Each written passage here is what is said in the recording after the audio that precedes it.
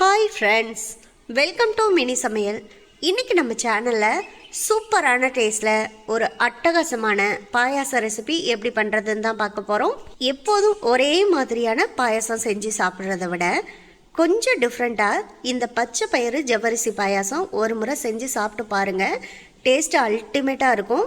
ஒரு முறை இந்த பாயாசத்தை டேஸ்ட் பண்ணிட்டீங்கன்னா அடுத்து எப்போ பாயாசம் சாப்பிட்டாலும் சரி இந்த பச்சை பயிறு ஜவ்வரிசி பாயாசம் தான் உங்களுக்கு ஞாபகத்துக்கு வரும். வீடியோ முழுசையும் ஸ்கிப் பண்ணாமல் பாருங்கள். ஸ்கிப் பண்ணாமல் பார்த்துட்டு வீட்டில் நீங்களும் இந்த பாயாசத்தை ஒரு முறை ட்ரை பண்ணி பாருங்கள். இப்போ இதை எப்படி செய்யலான்னு வீடியோக்குள்ளே பார்க்கலாமா? இதை செய்கிறதுக்கு ஃபஸ்ட்டு ஒரு மிக்சிங் பவுலை எடுத்துக்கோங்க. அதில் இன்றைக்கி நான் அரை கப் அளவுக்கு மாவு ஜவ்வரிசி சேர்த்துக்கிறேன். நீங்கள் மாவு ஜவ்வரிசிக்கு பதிலாக நைலான் ஜவ்வரிசி சேர்க்குறா இருந்தால் கூட சேர்த்துக்கலாம். ஆனால் நைலான் ஜவ்வரிசி வேகிறதுக்கு கொஞ்சம் டைம் எடுக்கும். மாவு ஜவ்வரிசி அப்படி இல்லை, சீக்கிரமாக சட்டுன்னு கொஞ்ச நேரத்தில் நமக்கு வெந்து வந்துடும். இப்போ இந்த ஜவ்வரிசியை தண்ணி சேர்த்து ஒரு 10 நிமிஷம் நல்லா ஊற வச்சுக்கணும். அதுக்காக தேவையான அளவு தண்ணி சேர்த்துக்கலாம். பாருங்கள், தண்ணியெல்லாம் சேர்த்து நல்லா ஒரு 10 நிமிஷம் ஜவ்வரிசி இதில் ஊறி வரட்டும். அது வரைக்கும் ஒரு மூடி போட்டு மூடி வச்சுக்கலாம். 10 நிமிஷத்துக்கு பிறகு நம்ம இதை பார்க்கலாம். அதுக்குள்ளே இந்த பாயாசத்துக்கு தேவையான பச்சை பயிரை நம்ம வேக வச்சு எடுத்துக்கலாம்.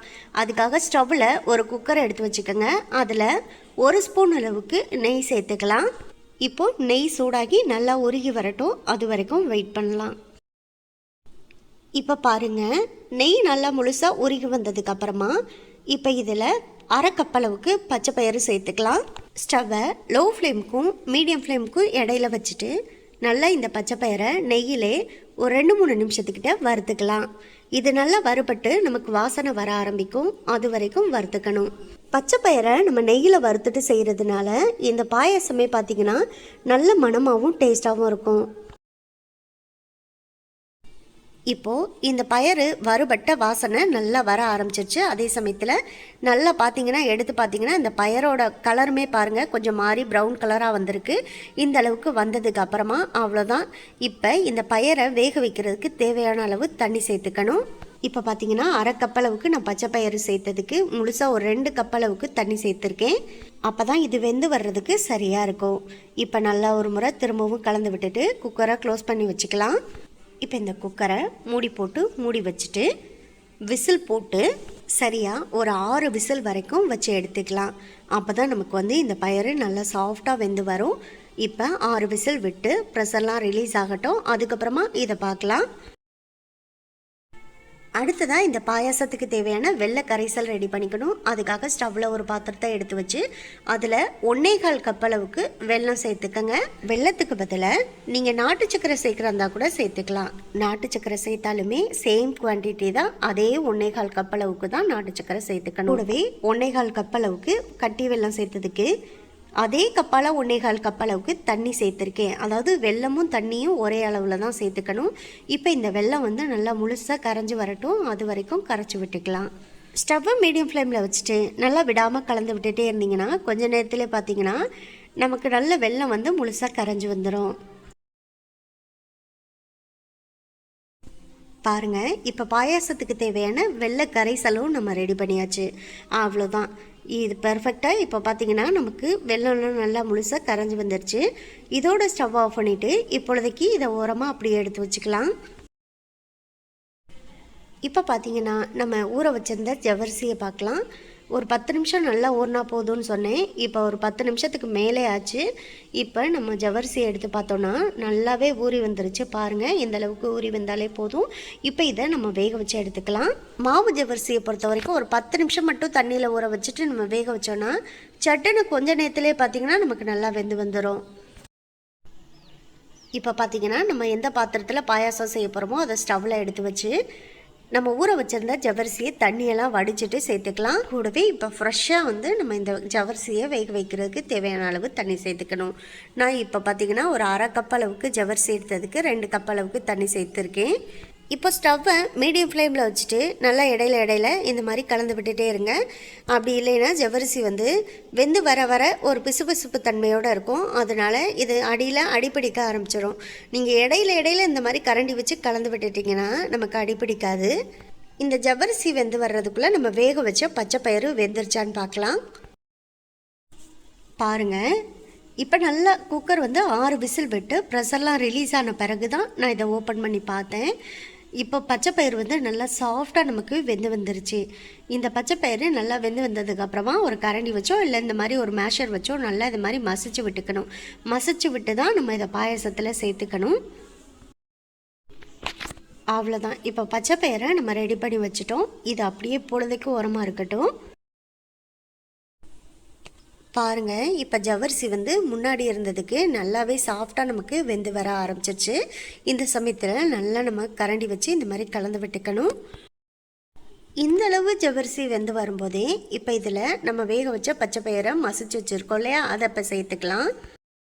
பாருங்கள், இப்போ ஸ்டவ்வை லோ ஃப்ளேமுக்கு மாற்றிட்டு இப்போ பச்சைப்பயிரையும் இந்த ஜவ்வரிசி கூட சேர்த்து நல்லா கலந்து விட்டுக்கலாம்.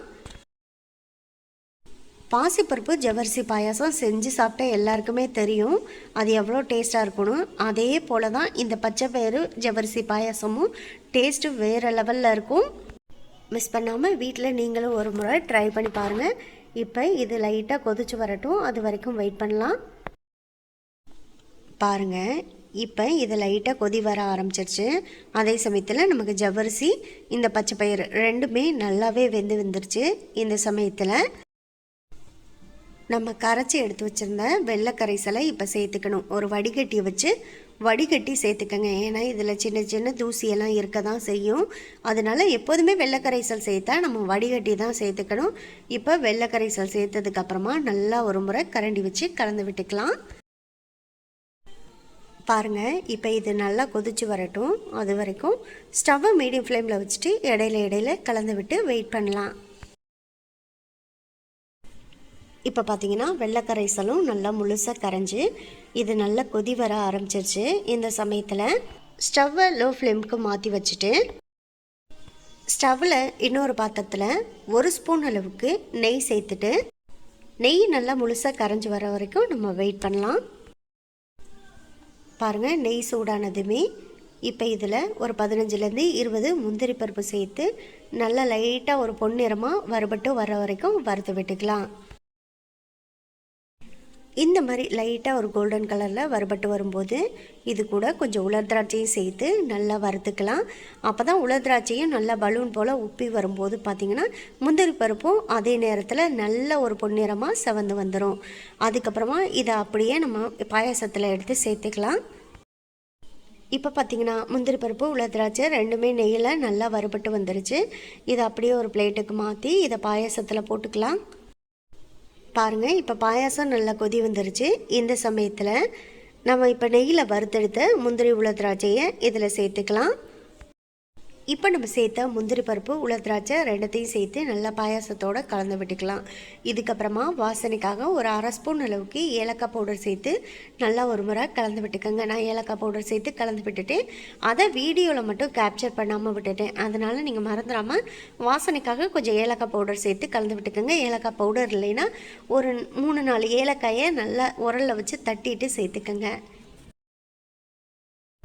இப்போ பார்த்திங்கன்னா நமக்கு வந்து பாயாசம் ஓரளவுக்கு ரெடியாகி வந்துடுச்சு. ஆனால் இதில் கடைசியாக தேங்காய் பால் சேர்த்துக்கணும். இப்போ தேங்காய் பால் சேர்க்கக்கூடாது. ஸ்டவ்வை ஆஃப் பண்ணிவிட்டு அதுக்கப்புறமா நம்ம தேங்காய் பால் சேர்த்து கலந்து விட்டுக்கலாம். ஏன்னா இதில் நம்ம வெள்ளை கரைசல் சேர்த்துருக்கோம். வெள்ளை கரைசல் சேர்த்துருக்கப்ப தேங்காய் பாலை வந்து சூடாக இருக்கும்போது சேர்த்தோன்னா நமக்கு தேங்காய் பால் வந்து அப்படியே திரிஞ்சு வந்துடும். அதனால ஸ்டவ்வை ஆஃப் பண்ணிவிட்டு ஒரு 2 நிமிஷம் மட்டும் பாயாசத்தை ஆற விட்டுட்டு தேங்காய் பால் சேர்த்து கலந்து விட்டுட்டு அதுக்கப்புறமா நீங்கள் வந்து இந்த பாயாசத்தை பரிமாற ஆரம்பிச்சிங்கன்னா அவ்வளோ ஒரு டேஸ்ட்டாக இருக்கும். பாருங்கள், இப்போ ஸ்டவ்வை ஆஃப் பண்ணிவிட்டு நல்லா ஒரு 2-3 நிமிஷம் கழித்து 1 கப் அளவுக்கு நல்ல கெட்டியான தேங்காய் பால் சேர்த்துக்கிறேன். சேர்த்துட்டு நல்லா இந்த மாதிரி கலந்து விட்டுக்கலாம். அவ்வளோதான், நல்லா கலந்து விட்டுட்டு இதுக்கப்புறமா நம்ம இந்த பாயாசத்தை எடுத்து எல்லாருக்கும் பரிமாற ஆரம்பிக்கலாம். ரொம்பவே டேஸ்டான பச்சைப்பயிறு ஜவ்வரிசி பாயாசம் செஞ்சு பிடிச்சாச்சு. மிஸ் பண்ணாமல் நீங்களும் வீட்டில் ட்ரை பண்ணி பாருங்கள். ட்ரை பண்ணி பார்த்துட்டு எப்படி வந்துச்சுங்கிறத கமெண்ட் பாக்ஸில் சொல்லுங்கள். இந்த வீடியோ உங்களுக்கு பிடிச்சிருந்தா இந்த வீடியோவை லைக் பண்ணி நம்ம சேனலை மறந்துடாமல் சப்ஸ்கிரைப் பண்ணிக்கோங்க. சப்ஸ்கிரைப் பண்ணும்போது பக்கத்தில் உள்ள பெல் ஐக்கானை கிளிக் பண்ணி வச்சுட்டிங்கன்னா நான் போடக்கூடிய குக்கிங் வீடியோ எல்லாமே உடனுக்குடனே உங்களுக்கு வந்து சேரும். உங்கள் ஃப்ரெண்ட்ஸ் அண்ட் ரிலேட்டிவ்ஸ் எல்லாருக்கும் ஷேர் பண்ணுங்கள். இதே போல் அடுத்தடுத்து நல்ல நல்ல வீடியோவில் சந்திப்போம். ஓகே, பாய்.